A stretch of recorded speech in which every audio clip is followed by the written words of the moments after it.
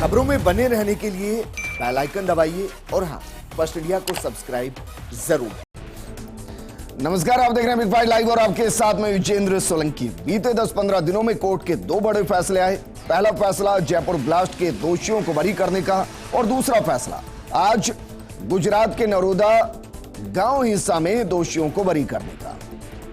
दरअसल जयपुर ब्लास्ट में 71 लोगों की मौत हुई थी, नरोदा गांव हिस्सा में 11 लोगों की मौत हुई।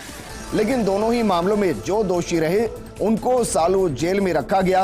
जिनको जनता ने हत्यारा बताया, आतंकी बताया, आज की तारीख में वो निर्दोष है, बेगुनाह है। तो फिर इनका दोष क्या था? सवाल यह भी कि आज जयपुर ब्लास्ट में मारे गए 71 लोगों की हत्या का जिम्मेदार कौन? ब्लास्ट करने वाले कौन थे? नरोदा गांव में मारे गए 11 लोगों को किसने मारा? उनकी मौत का जिम्मेदार कौन था?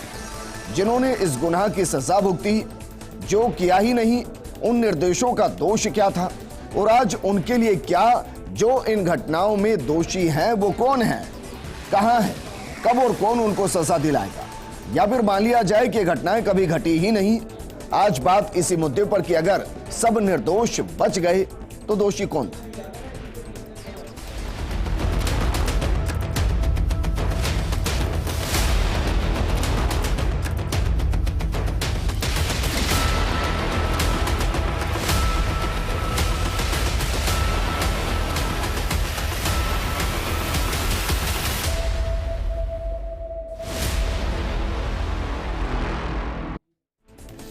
और सवाल यह भी है कि दोनों ही मामलों के अंदर जमकर सियासत हुई है। एक दूसरे पर आरोप लगाए गए और कई दशक की सियासत इसमें निकल गई। लेकिन सच्चाई यही है कि आज की तारीख में जिनको आरोपी बनाया गया वो निर्दोष हैं, उनका कोई दोष नहीं था।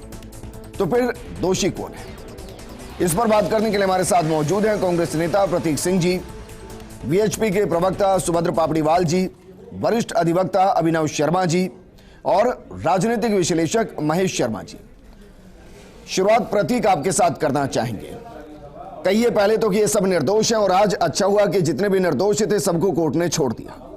देखिए, कोर्ट की जो प्रोसीडिंग हुई है, कोर्ट की प्रोसीडिंग पे मैं कोई टिप्पणी नहीं करना चाहूँगा, लेकिन कोर्ट को जो फैसला दिया है कोर्ट ने, उसके कारण अभी सामने आएंगे कि उन्होंने क्यों फैसला दिया है।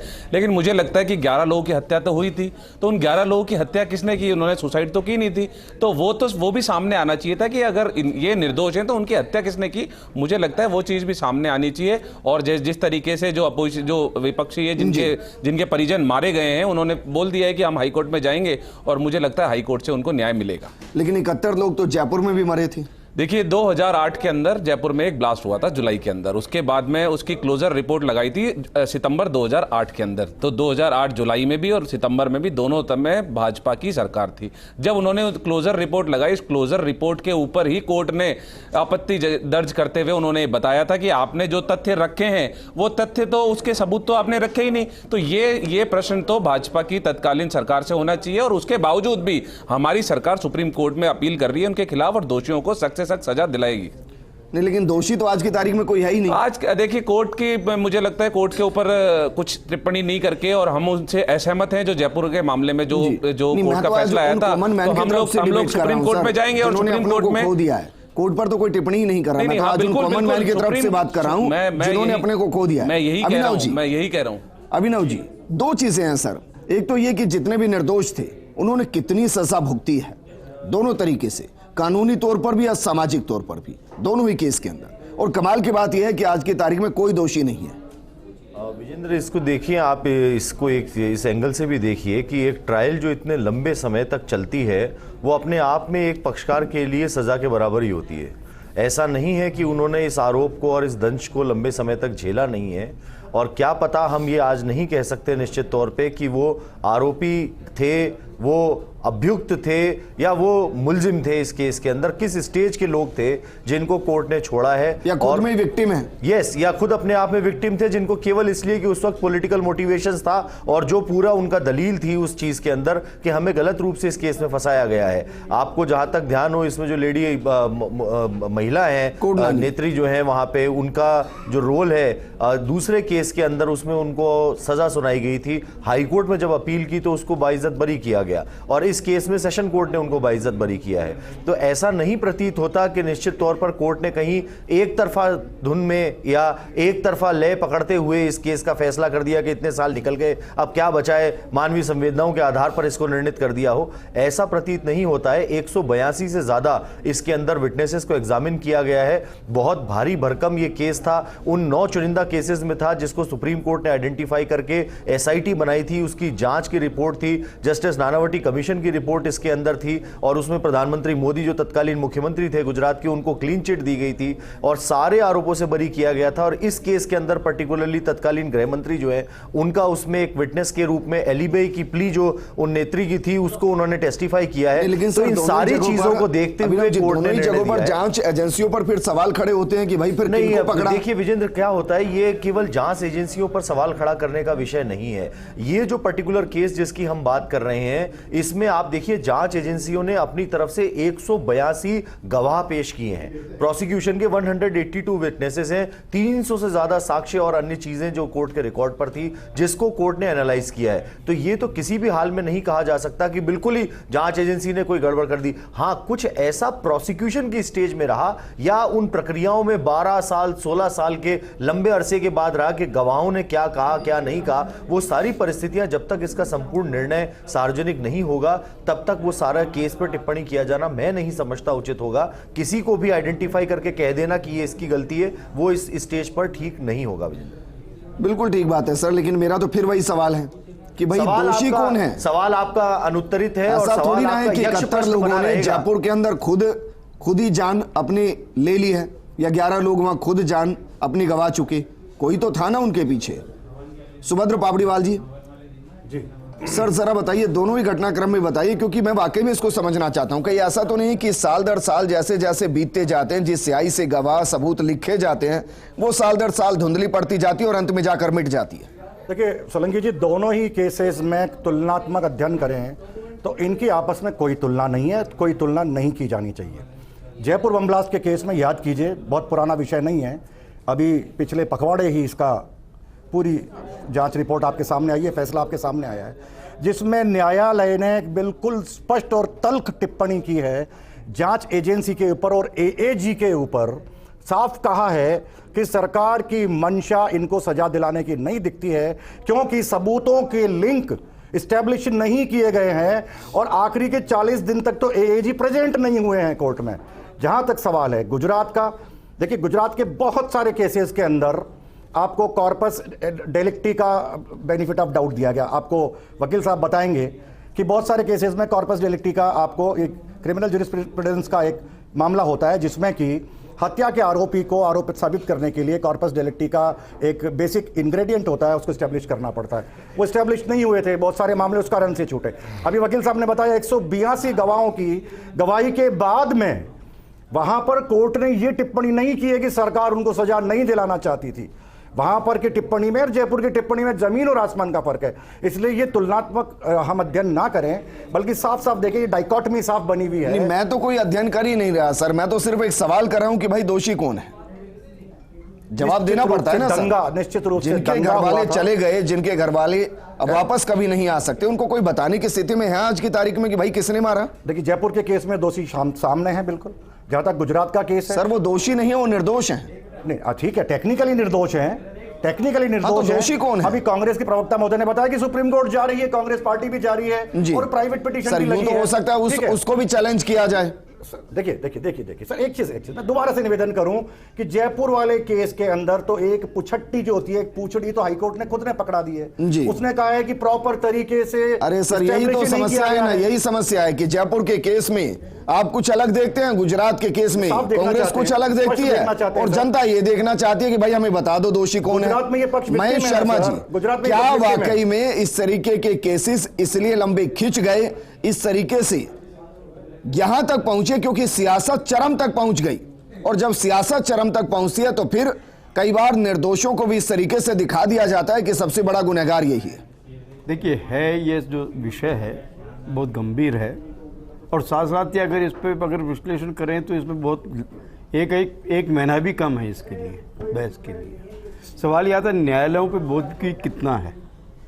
न्यायालय में सुनवाई किस तरह होती है, किस तरह की गंभीरता से उसे लिया जाता है, ये भी देखा जाता है। साथ साथ ही ये भी देखा जाता है गवाही किस तरह की हुई है और उन्हें जो उसकी जो जिरह वगैरह जो एक प्रक्रिया होती है उसमें वो कितने खरे उतरते हैं। अब ये सवाल ये है कि ये पूरा जो गुजरात का जो है गोधरा में मतलब बोगी को जलाया गया है, उसके बाद में जो एक प्रतिक्रिया के रूप में मतलब जिस तरह से की जो कार्रवाई हुए, दंगे हुए, और उसका अंतर्राष्ट्रीय स्तर पे भी मतलब क्या कहता है मैं इसका जलजला उठा था इस मामले में। और इसको राजनीतिक मतलब क्या कहता है बनाया गया, जैसा कि जब ये सब सामने आ रहा है जिस तरह का, और इसमें यहाँ बड़े बड़े मतलब क्या कहता है जो भाजपा के जितने भी नेताएं थे आरोप प्रत्यारोप वगैरह खूब चलते रहे और उनको विभिन्न कानूनन पेचीदगियों के दौर से भी गुजरना पड़ा है, जांचों से भी निकलना पड़ा। खैर जो भी है कि प्रक्रिया है, ये उच्च न्यायालय का फैसला है, तो फैसले पे टिप्पणी करना वैसे ठीक नहीं है, लेकिन हाँ ये ज़रूर है कि कहीं ना कहीं कोई कमी है, या तो इन्वेस्टिगेशन में कमी है, या गवाहों के मुकरने से कोई कमी है, या पलटने से कमी है, या और जो प्रक्रिया कानूनी की जितनी भी होती है उसमें कहीं ना कहीं दोष। आज ये है कि अदालतों पे मुकदमों का भार इतना ज़्यादा है, या तो कुछ पदों की कमी रहती है। भार अगर ज्यादा है तभी तो 17 25 साल केस चलते हैं। सवाल उस पर नहीं है कि कितना लंबा केस चला, सवाल उस पर है कि इतना लंबा केस चलने के बाद मिला क्या। ये जो जितना लंबाई मैं कह रहा हूँ, जितना विलंब से मिला हुआ न्याय नहीं कहलाता फिर वो जी। तो ये भी एक सिद्धांत बनाया गया है, तो इसलिए कि जो इस बात को ध्यान में रखते हुए कि न्याय कब मिले, कैसे मिले, किस समय मिलने, होता यह है कि सस्ता सुलभ और समय पर न्याय की बातें तो बहुत होती है सर, लेकिन यहाँ के फैसले तो ये बता रहे हैं कि जिनको न्याय मिलना चाहिए तो वो कह रहे हैं न्याय कहाँ है, और जिनको सजा मिलनी चाहिए थी वो कह रहे हैं हम तो निर्दोष थे, हमें बेवजह सजा दे दी। अभिनव जी, ऐसे केस में आगे क्या होता है फिर? देखिए इसमें सोलंकी जी एक चीज देखने वाली है, ये ऐसे गंभीर विषय हैं जो दो मैटर्स की आप बात कर रहे हैं, एक जयपुर बम ब्लास्ट की बात हो रही है और दूसरी गोधरा के बाद उपजे इन दंगों के वजह से हुए परिणामों की बात हो रही है। दोनों ही प्रकरणों के सूरत हाल में जमीन आसमान का अंतर है, जैसा भी सुभद्र जी ने भी कहा। और ये चीज देखने वाली है कि क्या आप महेश जी जो कह रहे हैं कि न्याय देर से मिलता है, 182 विटनेसेस प्लस उसके अलावा शहादत के अंदर पेश की गई चीजें, इन सारी चीजों को एग्जामिन करने के लिए एक विशेष अदालत, और उस विशेष अदालत में दिन रात सुबह से शाम एक ही दिन में पूरा दिन केवल इसी चीज पर बहस कि कौन दोषी है और कौन निर्दोष, उसके बीच में मंथन करके जज को एक फैसला लिखना है। उस जज की मनस्थिति को भी समझने की प्रयास कीजिए कि उस जज ने किस तरीके से इन चीजों को देखा है, और देखने के बाद वो इस कंक्लूजन पे आए कि ये पूरी चीज जो चेन ऑफ इवेंट्स हैं वो अपने आप में ये स्थापित ही नहीं करती कि जिन लोगों को आरोपी बताया जा रहा है उन लोगों ने वास्तव में अपराध कारित किया भी है। लेकिन आरोपी एक दो तो थे नहीं, 80 से ज्यादा आरोपी। देखिए क्या होता है कानून में, ये जनमानस की भावना है, किसी ने तो मारा होगा तो किसी को भी टांग दे क्या? अगर आज आपके साथ किसी ने कोई दुर्व्यवहार कर दिया तो क्या मैं उसके लिए किसी भी सड़क चलते व्यक्ति को पकड़ के नामजद करके उसको सजा दे दूंगा? नहीं, ना आप ऐसा चाहेंगे। निश्चित तौर पर न्याय होना चाहिए और न्याय होना ही नहीं चाहिए, वहीं पे होते हुए दिखना भी चाहिए। घूमकर वहीं आ गए। आप ये कह रहे हैं कि भाई जिन्होंने इनको पकड़ा, जिन्होंने इनके अगेंस्ट चार्जशीट फाइल की, जिन्होंने इनके अगेंस्ट सबूत इकट्ठे किए, वो दिशा में ही गलत थे। हमारे हिंदुस्तान में इस चीज का कोई एनालिसिस नहीं है। आप किसी चौकीदार को चोर कह के भाग जाइए और फिर उसके बाद कभी गलती से आप प्रक्रिया में फंस जाए तो आप अपील दर अपील प्रयास करते रहिए, वो भी आज की सुर्खी है। तो ये उदाहरण है अपने आप में इस देश के अंदर कि यहां पर आरोप लगाइए, प्रत्यारोप कीजिए और आप फरार हो जाइए। आप किसी की भी इज्जत को कहीं पे भी खड़े होकर के तार तार कर दीजिए, क्योंकि हिंदुस्तान ने आपको freedom of speech and expression दी है तो आपको राइट है। लेकिन ये हर चीजों का एक लिमिटेशन है सोलंकी जी, यहां ऐसा नहीं हो सकता। लेकिन गए कहां फिर? ये विषय, ये तो चीजें एजेंसीज देखेंगी। न्यायालय का काम ये देखना नहीं है कि कौन दोषी था, कहां दोषी था, वो इन्वेस्टिगेशन नहीं करेगा। उसके सामने एक मुकदमा लाया गया और उसमें कुछ दोषी लोग लाए गए, उसे ये देखना है कि इस अपराध को उन दोषियों ने करा या नहीं करा। 2008 से इसकी सुनवाई हो रही है, इन्होंने सजा भी भुगती है, ये जेल भी गए हैं, इन्होंने सामाजिक बहिष्कार भी झेला है। तो क्या ये उम्मीद हम करें कि अब ये कंपनसेट के लिए भी कोर्ट जा सकते हैं कि भाई हमारा जो नुकसान किया है, हमारी जो पूरी जिंदगी निकल गई है, उसका कंपनसेट कीजिए? ये होना ही चाहिए विजेंद्र। मैं समझता हूं कि अगर कोई शुद्धि और सही सोच वाले अधिवक्ता इनके साथ जुड़े होंगे तो वो निश्चित तौर पर ये कहेंगे। लेकिन क्या है कि इस देश के अंदर कानून में एक व्यवस्था यह है, जब तक अपील दर अपील होकर के कोई प्रक्रिया पूरी तरह से मूर्त रूप नहीं ले ले और अंतिम पड़ाव का न्यायालय आपको बरी ना कर दे, तब तक आप किसी भी एजेंसी को मैलिशियस प्रोसिक्यूशन के लिए सू नहीं कर सकते हैं। मैं समझता हूं इस कानून में बदलाव की अब बेहद आवश्यकता है। किसी न किसी एक अंतिम निर्णय की स्टेज के साथ इस प्रक्रिया को चलाना पड़ेगा। आप किसी भी एक्यूज्ड को, जो कि हो सकता है उस प्रकरण में विक्टिम हो, एक मैलिशियस प्रोसिक्यूशन का विक्टिम हो, उस व्यक्ति को, आप निर्दोष व्यक्ति को अगर किसी मुकदमे में फंसा देते हैं और उसके बाद वो सजा दर सजा के लिए दरवाजे खटखटा रहा है, हर अपील की स्टेज पे वो निर्दोष रूप से साबित होकर के आ रहा है, तो उसको इस देश में कंपेंसेशन मिलना चाहिए और उस व्यक्ति को सजा मिलनी चाहिए। कानून में प्रावधान है, इसके अंदर कोर्ट को भी ऐसी कार्रवाई करने की शक्तियां सेक्शन 211 आईपीसी में मिली हुई है। जयपुर के केस को छोड़ देते हैं, गुजरात के केस पर कांग्रेस का स्टैंड क्या रहेगा? देखिए, मैं आपको जयपुर और गुजरात दोनों केस में बताता हूं। जयपुर केस में भी कांग्रेस पार्टी ये मानती है कि वो दोषी हैं और इसलिए उनके खिलाफ पे जो राजस्थान की सरकार है वो सुप्रीम कोर्ट में उसकी अपील करेगी। तो क्या गुजरात का जो केस हुआ है तो उसमें क्या वहां की सरकार सुप्रीम कोर्ट में, और सुप्रीम कोर्ट से बहुत पहले हाई कोर्ट में वो अपील करेगी क्या? मुझे नहीं लगता ऐसा होगा। और साथ के साथ में जो जांच एजेंसी है, जो वहां की सरकार है, क्योंकि लगातार एक ही सरकार वहां पे चल रही है, तो उनको ये बताना पड़ेगा कि 11 लोग मरे कैसे, वो तो बताना ही पड़ेगा ना। अगर ये 68 आरोपी जो अगर छूट जाते हैं तो फिर उन 11 लोगों को किसने मारा, वो कैसे, वो सुसाइड करके तो नहीं मर गए। तो हमारे केस में हम जयपुर के जो आरोपी हैं उनको भी हम आरोपी मानते हैं, हम उनको बरी नहीं करते। और वहां के भी जो आरोपी हैं वो बिल्कुल उनके खिलाफ हाई कोर्ट में जाना चाहिए और सरकार को अपील करना चाहिए उनके लिए। कांग्रेस लगाएगी इस फैसले के खिलाफ? ये फैसला जो है, या तो जो पीड़ित पक्ष है वो लगाएगा या सरकार लगाएगी।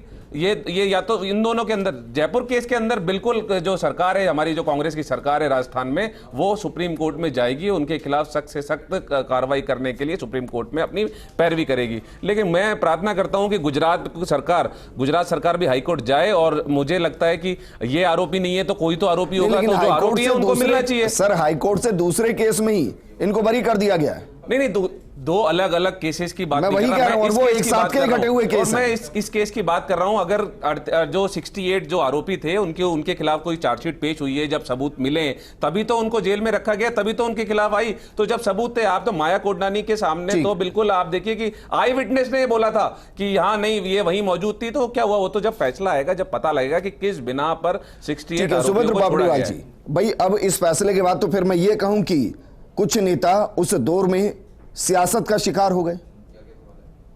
निश्चित रूप से सियासत इसमें बहुत बड़ी हुई है। देखिए, आज भी हो रही है। आप एक सेलेक्टिव आउटरेज देख रहे हैं, देखते आ रहे हैं 20 साल से।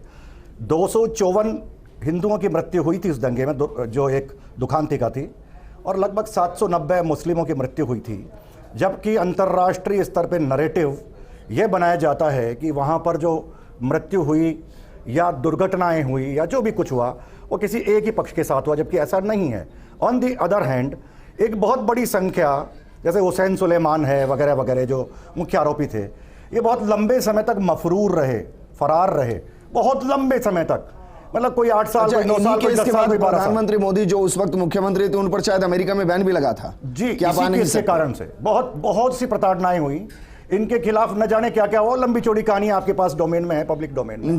लेकिन फंडामेंटल बात यह है कि यदि 27 फरवरी के बाद में 3 दिन के भीतर 1 तारीख 2 तारीख तक यदि कांग्रेस की तरफ से केंद्र में बैठी हुई एक भी स्टेटमेंट आ जाता कि यह दुर्भाग्यपूर्ण घटना हुई है, अगर इतना सा भी कांग्रेस बोल देती, 2 दिन तक देश की जनता इंतजार करती रही कि कांग्रेस केंद्र के अंदर प्रधानमंत्री मौजूद हैं, वो एक शब्द तो बोल दें कि कम से कम ये अच्छा नहीं हुआ है, ये जिंदा जला दिया गया है बच्चों को, महिलाओं को, कार सेवकों को, तो निश्चित रूप से दंगा ही नहीं हुआ होता। लेकिन पब्लिक के धैर्य की परीक्षा ली गई। सुभद्र जी को बिल्कुल इसमें वो कर देता हूं कि 2002 के वक्त केंद्र में बीजेपी की सरकार थी, अटल बिहारी वाजपेयी प्रधानमंत्री थे, और 2002 में मुख्यमंत्री भी वहां पे बीजेपी के थे। आप कहां केंद्र सरकार के लिए, केंद्र सरकार को घेरने, राजस्थान की नीति से, वो कांग्रेस की सरकार नहीं थी वहां पे प्रधानमंत्री में राजधर्म याद दिलाया जा रहा था। मैं बात कर रहा हूं कांग्रेस के जो अपेक्स बॉडी है उसकी बात कर रहा हूं। अभी आप सरकार नहीं, नहीं, प्रधानमंत्री नहीं, की बात कर रहे थे, मैंने बता दिया, वो अटल बिहारी वाजपेयी वहां पे प्रधानमंत्री थे और उन्होंने ये राजधर्म की याद दिलाई थी। तो आप 3 साल में 2004 में जब सरकार चेंज हुई है, आप 2 साल में क्यों नहीं जांच कर पाए? मैं तो केंद्र सरकार ने जांच की ना की, कोई एक्शन तो उन्होंने बोला था कि आप राजधर्म निभाइए और राजधर्म निभाया नहीं है उन्होंने। इसकी अपेक्स बॉडी जो थी, मेरा तात्पर्य सरकार नहीं है, वो जो मिस हो गया वो, मेरा तात्पर्य कांग्रेस की अपेक्स बॉडी जो केंद्र में बैठी हुई थी उसकी तरफ से 2 दिन तक कोई भी रिएक्शन नहीं था। क्या रिएक्शन आप ये बताइए? नहीं, बिल्कुल रिएक्शन था। और क्या हमने तो दोनों ये बोला था कि जो रिकॉर्ड निकाल के बताइए क्या रिएक्शन था। बता रहा हूं, जो ट्रेन जली, जो क्यों जलाई गई, उसकी भी जांच होनी चाहिए और जो दंगे हुए उसकी भी जांच होनी चाहिए। महेश शर्मा जी, केंद्र में सरकार बीजेपी की और राज्य में सरकार बीजेपी की, क्या ये दोनों ही मामले आपको लग रहा है कि पॉलिटिकली फायदा मिलेगा किसी एक पार्टी को? क्योंकि एक तरफ विक्टिम है, मैं विक्टिम इसलिए कह रहा हूं क्योंकि वो निर्दोष हैं, और हम उनको कहा जाएगा जाकर बताइए, देखिए कितने साल तक आप जेल में रहे, कितनी यात्राएं आपने झेली हैं, जबकि आप तो दोषी नहीं थे। तो क्या इसको पॉलिटिकली एजेंडा और पॉलिटिकली मूवमेंट के तौर पर भी इस्तेमाल किया जाएगा? देखिए, ये दंगे जो होते हैं, दंगों को में मतलब आइडेंटिफाई करना और उसके दोषियों को ढूंढना और उनके सारे जो लिंक्स हैं उनको मिलाने का जो एक सिलसिला होता है, ये कानूनी जांच एजेंसियों का विषय है। और ये किस तरह से वहाँ प्ली करते हैं जज के सामने, क्या है क्या, ये पूरी, जिसमें हम ये नहीं कह सकते। लेकिन अगर न्यायालय ने कुछ जो जब फैसला जो दिया है, हम उस पर टिप्पणी नहीं कर सकते।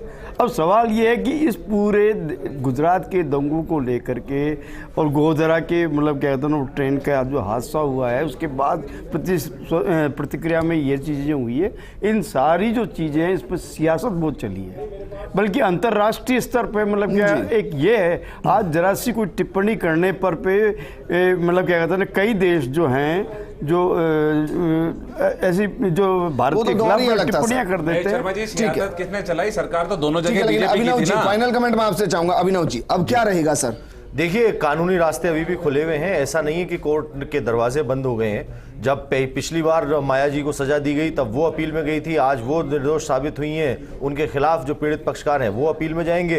अपील के समय में जो निर्णय होगा वो होगा और वो सबको सर्वमान्य होगा, नहीं होगा सर्वमान्य तो उसके खिलाफ। लेकिन एजेंसियों से क्या ये नहीं पूछा जाना चाहिए कि भाई दोषी? देखिए, मैं समझता हूं कि ये जब उच्च न्यायालय के दरवाजे पर ये आकर के प्रकरण रखा जाएगा तो निश्चित तौर पर इस संबंध में उच्च न्यायालय देखेगा, जैसा राजस्थान के मामले में हुआ, जयपुर बम ब्लास्ट के मामले में हुआ। खंडपीठ ने, जस्टिस पंकज भंडारी साहब की खंडपीठ ने, जस्टिस समीर जैन साहब की खंडपीठ थी, उसने उसको एनालाइज किया और उसके बाद तलख और तीखी टिप्पणी करी और ये कहा कि ये केस सजा वाला था, इसमें सजा हो सकती थी बशर्ते चेन जुड़ती, कहीं कोई इवेंट लेकर के नहीं आए। और उसके बाद प्रोसिक्यूशन लचर था, कोर्ट के अंदर से पैरवी करने वाले लोग गायब थे और उसकी सजा भी भुगती बाद में गाजगेरी सरकार ने, पहले चेत जाते। जी ठीक है, शुक्रिया हमारे साथ जुड़ने के लिए। महेश जी आपका भी शुक्रिया, सुभद्र जी आपका भी शुक्रिया और प्रतीक आपका भी शुक्रिया चर्चा में शामिल होने के लिए। दरअसल वही सवाल है और ये सवाल एक बड़े क्वेश्चन मार्क के साथ कि अगर सब बच गए तो दोषी कहाँ है? नमस्कार।